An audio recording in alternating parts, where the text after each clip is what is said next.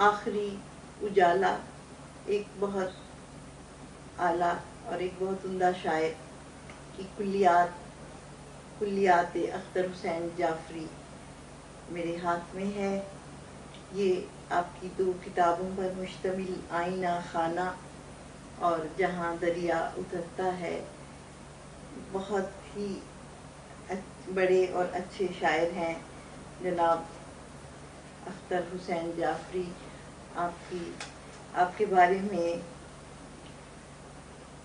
احمد ندیم قاسمی نے دیباشا جو لکھا ہے اس میں کہا کہ اردو شاعری کی 100 سالہ روایات کے تناظر میں شاید ہی کوئی شاعر ہم اثر اہل شعر سے اس انتہا تک مختلف اور منفرد ہو جیسے اختر حسین جعفری۔ 19ویں صدی عیسوی میں غالب ایک مثال ہے جس کی شاعری نے ماضی کی مثبت روایات کے نچوڑ سے اپنی غیر معمولی انفرادیت کے اضافے کے ساتھ اپنے معاصرین سے سراسر مختلف مفہوم اور مختلف لہجے کی شاعری کی۔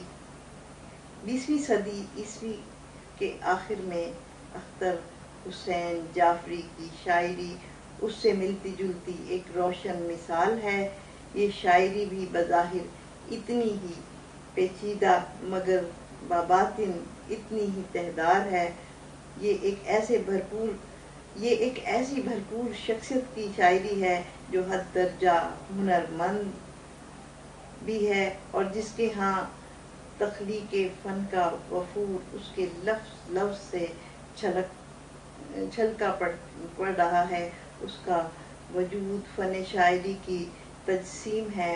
کم از کم 1947 کے بعد اس پائے کا پیکر ساز اور تمثال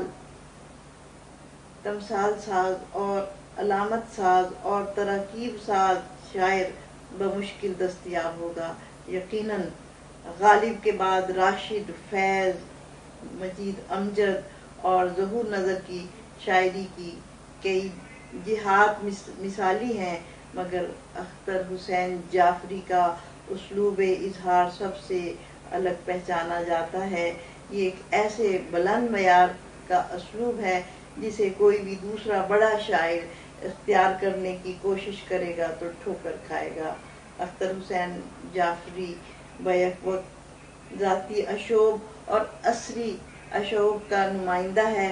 اس کی ایک ایک سطر اس کی اپنی واردات کے ساتھ ہی روح اثر کے کتنے ہی آئینے نصب ہیں۔ جو قیامت اس کے باطن میں بپا ہے، اسی نوع کی قیامت نے خارجی دنیا کو بھی اپنی گرفت میں لے رکھا ہے۔ چنانچہ ذات سے کائنات کا سفر کرتے ہوئے وہ سوچتا ہے، مجھ میں کتنا ازل، مجھ میں کتنی ابد، کتنی تاریخ ہے۔ مجھ میں کتنا ازل، مجھ میں کتنا ابد، کتنی تاریخ ہے، میں نہیں جانتا۔ ایسے دن رات کو دل نہیں مانتا، پور پر جن کی گنتی ٹھہرتی نہیں۔ اس کی فکر کا یہ سفر دور تک جاری رہتا ہے، حتیٰ کہ آخر میں وہ انکشاف کرتا ہے کہ میرے بھی دامن میں ایک موتی ہے، ایک آواز کم شنیدہ ہے، ایک صبح شہود جو آج خود میری ذات کے خرابے سے اتفاقاً مجھے ملی ہے، وہ روشنی جس پہ آج برسوں کے بعد میں منکشف ہوا ہوں۔ اس کے علاوہ یہ ایک طویل مضمون ہے جناب احمد ندیم قاسمی کا، لیکن میں کچھ شاعری بھی سنانا چاہتی ہوں۔ آپ کی بلند پایہ نظمیں پڑھنے سے تعلق رکھتی ہیں۔ ایک نوحہ ہے، اب نہیں ہوتی دعائیں مستجاب، اب کسی ابجد سے زندانے ستم کھلتے نہیں، سبز سجادوں پہ بیٹھی بیویوں نے جس قدر حرف عبادت یاد تھے وہ پھٹے تک انگلیوں پر گن لیے، اور دیکھا رحل کے نیچے لہو ہے،